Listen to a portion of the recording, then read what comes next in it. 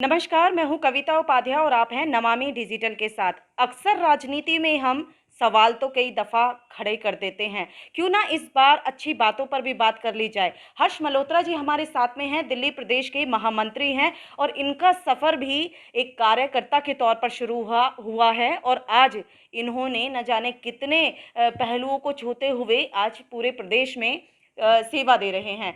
आज बात करेंगे मोदी जी के 20 सालों को लेकर के। क्या कह रहे हैं भाजपा से महामंत्री दिल्ली प्रदेश के हर्ष मल्होत्रा जी, उन्हीं की जुबानी सुनते हैं। मोदी जी के 20 साल बेमिसाल। सर, बहुत बहुत स्वागत है आपका। नमस्कार। सर, 20 साल बेमिसाल लगातार आपकी, कहा जाए महापुरुष भी कहा जाता है उन्हें, लोग उनको संत भी कह देते हैं। क्यों कहा जाता है उनको मील का पत्थर, खास तौर पर राजनीति में? 7 अक्टूबर 2001 को मोदी जी गुजरात के मुख्यमंत्री बने थे। आज पूरे 20 वर्ष हो गए उनको लगातार समाज की, देश की, गुजरात की सेवा करते हुए, और इन पूरे 20 वर्षों में एक भी दाग उस व्यक्ति पे, उस व्यक्तित्व पे नहीं है।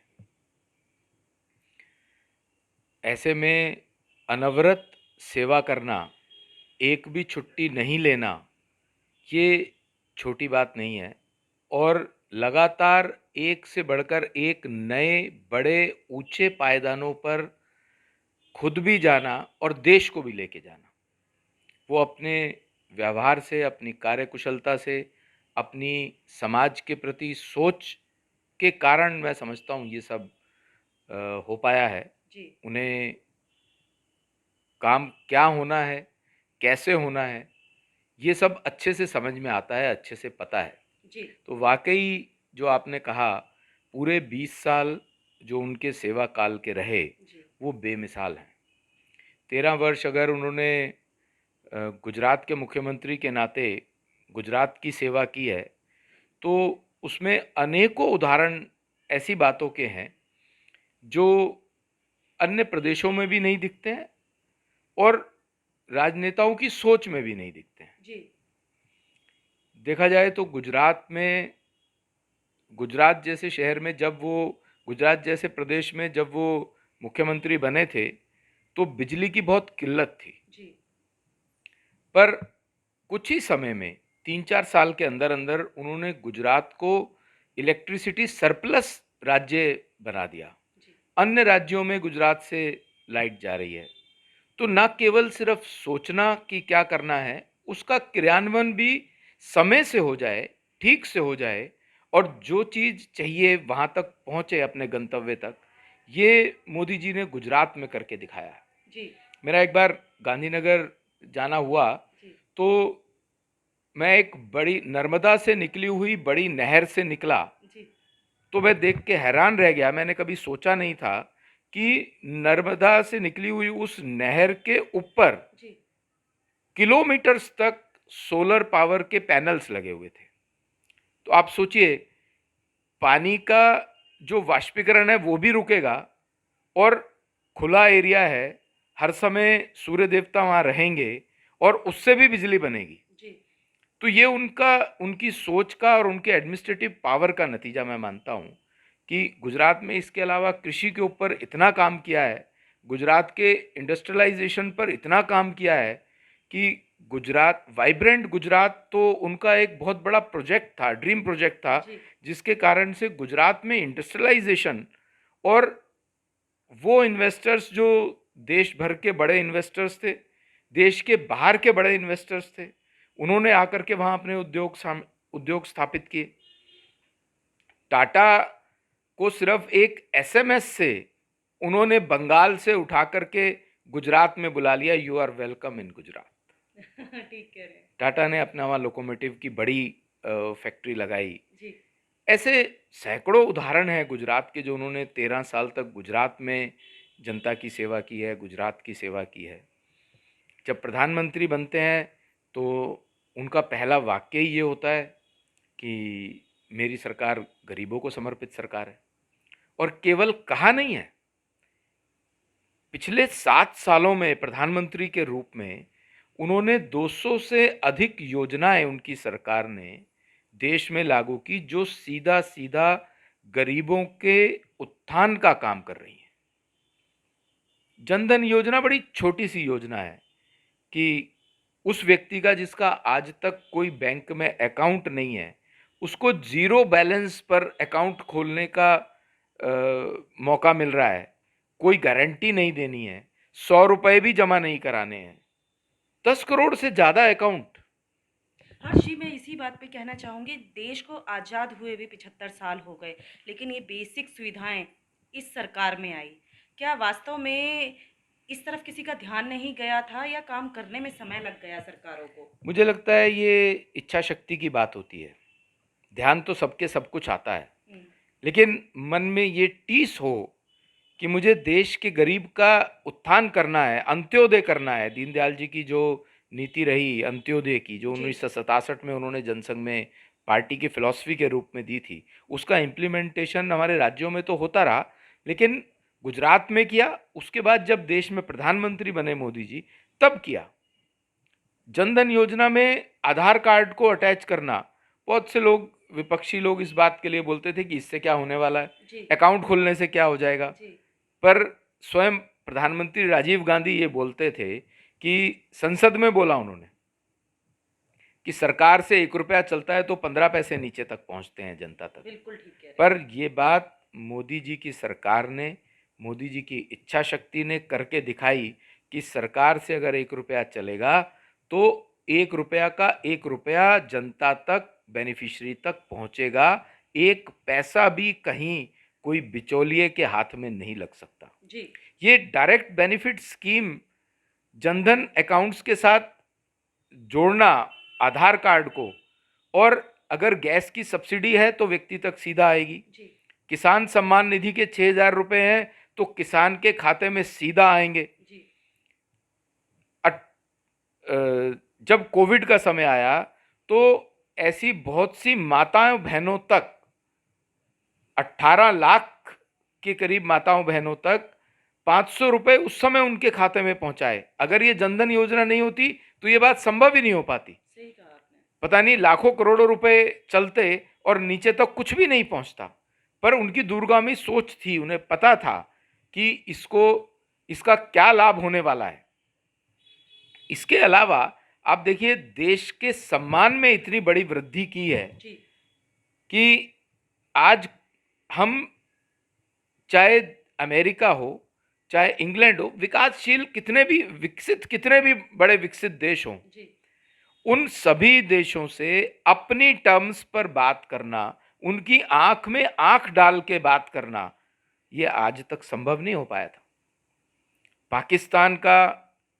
पाकिस्तान में जो आतंकवाद पनप रहा था, जिसमें अब बहुत ज्यादा कमी आई है।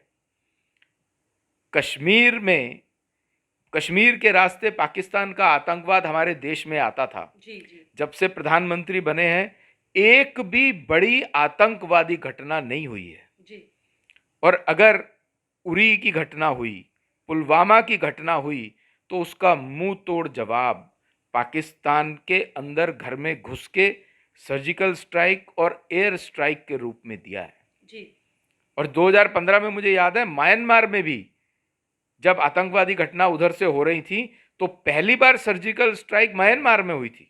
लोगों के ध्यान में कम रहती है, लेकिन पाकिस्तान ज्यादा ध्यान में रहता है। उरी और पुलवामा का मुंह तोड़ जवाब दिया गया। यानी सीमाएं भी सुरक्षित रही और देश के अंदर गरीब भी सीमाएं सुरक्षित करी, इस कारण से देश के अंदर भी कोई बड़ी आतंकवादी घटना नहीं हो पाई है। जी अगर पहले सीमा पर हमारे सैनिकों के कटे हुए सिर हमारे पास वापस आते थे, अब आज वो भी समय आया है कि जब अभिनंदन गलती से पाकिस्तान सीमा में पहुंच गया तो 48 घंटे के अंदर पूरे सम्मान के साथ अभिनंदन वापस देश में आया है। तो ये मैं समझता हूं कि मोदी जी का एक व्यक्तित्व है, मोदी जी का एक काम करने का तरीका है, स्वाभिमान से काम करते हैं, अपने लिए भी देश के लिए भी। आज अमेरिका जैसा देश भी कोई यूनाइटेड नेशंस में सिक्योरिटी काउंसिल की बात होती है तो उसमें लीडर भारत है, जी। उसमें लीडर मोदी जी हैं। आज जो भारत दोबारा से विश्व गुरु बनने की तरफ अग्रसर है, उसका एक सबसे बड़ा कारण माना जाए और केवल एक बड़ा कारण माना जाए तो वो मोदी जी हैं। हेल्थ सेक्टर पर और शिक्षा पर अगर हम बात करें तो क्या आपको चीजें दिखाई देती हैं? हेल्थ सेक्टर में आयुष्मान भारत योजना इसका एक सबसे बड़ा उदाहरण है। आप सोचिए, आज कोई परिवार में बीमार हो जाता है जी। तो उस व्यक्ति को सबसे बड़ी चिंता ही यही होती है, उसके परिवार को और उस व्यक्ति को, कि आज सरकारी अस्पतालों में जो होगा सो होगा, लेकिन अगर प्राइवेट हॉस्पिटल में जाना पड़ जाए तो वहाँ पर लाखों रुपए लग जाते हैं। तो आयुष्मान भारत योजना के चलते पूरे देश में एक परिवार को 5 लाख रुपए तक का प्राइवेट हॉस्पिटल में परिवार के किसी एक व्यक्ति को 1 वर्ष के लिए वो मुफ्त है। अगले वर्ष दोबारा मिल जाएगा। जी। लेकिन दुर्भाग्य क्या है कि दिल्ली के अंदर केजरीवाल सरकार ने उस योजना को लागू नहीं किया है, क्योंकि उसमें कुछ प्रतिशत हिस्सा राज्य सरकारों का भी होना है। अच्छा। 75% हिस्सा अगर केंद्र सरकार का है तो 25% हिस्सा राज्य सरकार को भी लागू करना है। दिल्ली में उत्तर प्रदेश के लोग जिनका आयुष्मान भारत योजना का कार्ड बना है, जी। वो दिल्ली में आके अपना इलाज प्राइवेट हॉस्पिटल में करा पा रहे हैं, पर दुर्भाग्यवश दिल्ली की सरकार, जो केजरीवाल साहब की सरकार है, उनकी गलत नीति के कारण ये संभव नहीं हो रहा। पूरे देश भर में 32 राज्यों में ये योजना लागू है, 6 यूनियन टेरिटरी में लागू है, दिल्ली में लागू नहीं है। पर पूरे देश भर के लोगों का 10 करोड़ से ज्यादा लोगों को आयुष्मान भारत योजना का लाभ मिला है। जी। 50 करोड़ 50 करोड़ लोगों को, 10 करोड़ परिवारों को और 50 करोड़ लोगों को इसका लाभ मिल रहा है। तो ये छोटी बात नहीं है। शिक्षा क्रांति पर अगर जिक्र करें तो आपने, क्योंकि दिल्ली प्रदेश की बात की और केजरीवाल सरकार की भी कर ली, शिक्षा क्रांति पर मोदी सरकार की बात करें तो किस तरह से क्रांति लाए शिक्षा पर? शिक्षा की नई नीति अभी आई है जी। और आज तक शिक्षा की नई नीति देश में आई ही नहीं थी। जी। वही वामपंथी सोच के हिसाब से इतिहास पढ़ाया जा रहा था। हमारे जो महापुरुष रहे, जिन्होंने देश के लिए बलिदान किया और हिंदू संस्कृति को बढ़ावा देने वाले महापुरुष रहे, उनको सिलेबस में शामिल करना, अपनी आगे आने वाली जो हमारी जनरेशन है, बच्चे हैं, युवा पीढ़ी है, उनको इतिहास की वास्तविक जानकारी दिलाना, ये भी शिक्षा नीति के माध्यम से मोदी जी ने किया है। और एक सबसे बड़ी बात, जी। 490 वर्ष पुराना विवाद कि राम मंदिर, भारत जैसे देश में राम मंदिर नहीं बनेगा, पिछली सरकारों ने इसके ऊपर खुल के राजनीति की। जी। मोदी जी ने आते ही कहा कि कोर्ट का निर्णय हमें सर्वमान्य होगा, लेकिन कोर्ट में एक तरफ कपिल सिब्बल कहते हैं 2014 से पहले कि इस निर्णय को टाला जाना चाहिए क्योंकि चुनाव है। निश्चित तौर पर यही बात आई। दूसरी तरफ जी। मोदी जी की सरकार ने सही तथ्यों को कोर्ट के सामने प्रस्तुत किया, सही, बिना ज्यादा समय गवाए प्रस्तुत किया, और भारत में, देश में जहां राम जी का जन्म हुआ, अयोध्या में, उसी स्थान पर मंदिर बनेगा, इसका रास्ता प्रशस्त किया, कोर्ट को सही जानकारी दी और कोर्ट ने भी निर्णय इस पक्ष में दिया कि अयोध्या में जहां जन्म हुआ है और वहीं पर राम मंदिर बनेगा। हमारे करोड़ों हिंदुओं की आस्था का प्रतीक भगवान श्री राम का मंदिर बनाने में जो इन्होंने इतना बड़ा योगदान दिया है, उसका रास्ता प्रशस्त किया है। मैं समझता हूं जन्मों तक, सैकड़ों सालों तक प्रधानमंत्री नरेंद्र मोदी को याद किया जाएगा इस बात के लिए। कश्मीर और महिलाओं, मुस्लिम महिलाओं के लिए जो आप हमेशा जिक्र करते हैं, क्यों मानते हैं कि वो सबसे अच्छा डिसीजन रहा मोदी सरकार का?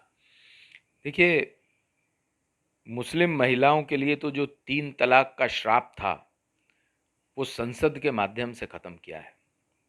इसमें कोई राजनीति नहीं देखी गई, हिंदू मुस्लिम को नहीं देखा गया, उन्होंने सिर्फ माँ का दुख देखा। जी।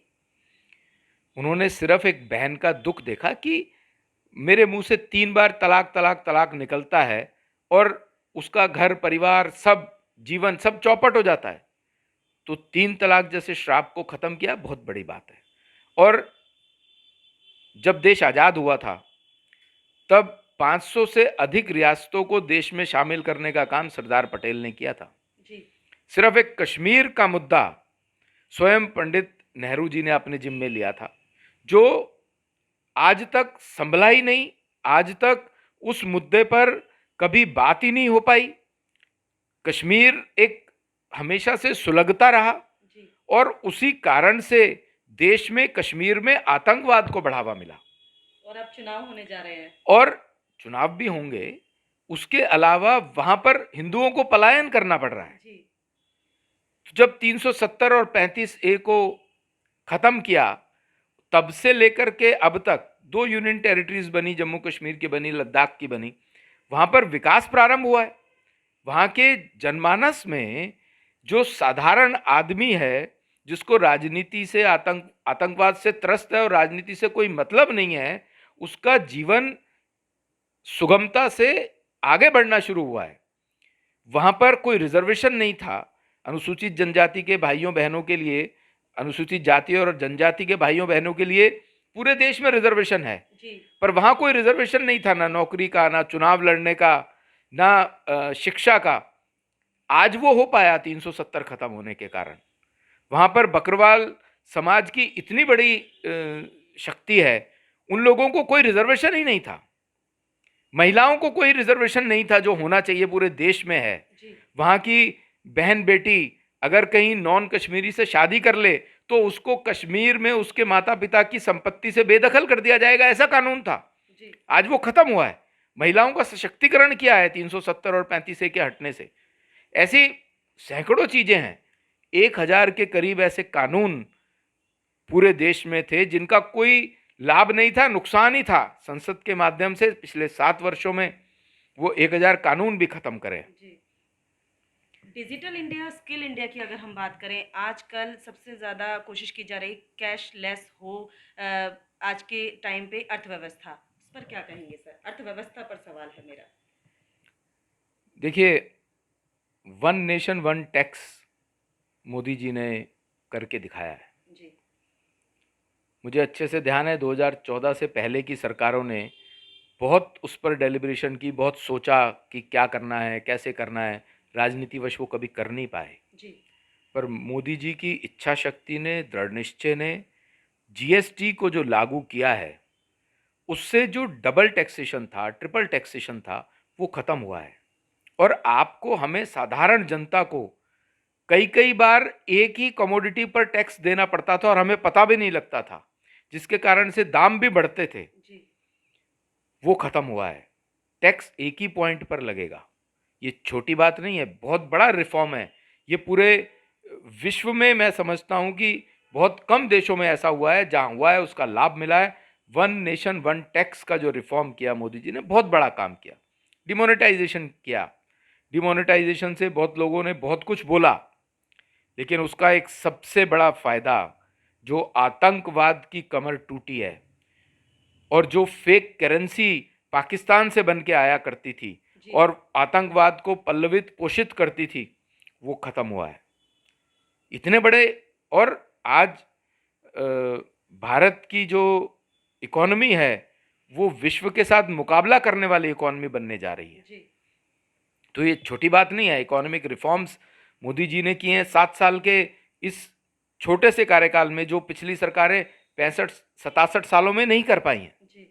आप सोचिए, कोविड जैसी पेंडेमिक पूरे विश्व में आता है और विकसित देश त्राही त्राही कर रहे हैं, पर मोदी जी की इच्छा शक्ति से, दृढ़ शक्ति से, जनता के साथ रहने के कारण से कोविड जैसी महामारी में भी देश को उन्होंने बचाया है।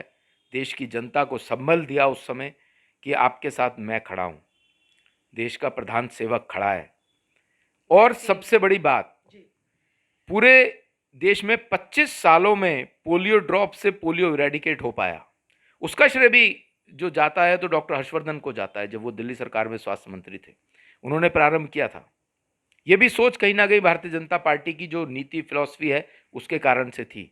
और 9 महीने के अंदर मोदी जी ने देश में कोविड के खिलाफ वैक्सीन बनाई, और न केवल बनाई, पूरे देश में आज लगभग 90 करोड़ से ज़्यादा लोगों को वैक्सीन लग चुका है, जिसके कारण से जिस थर्ड वेव का इंतजार पिछले 2 महीने से जनता तो डरते हुए कर रही थी, अभी तक वो नहीं आ पा रही है।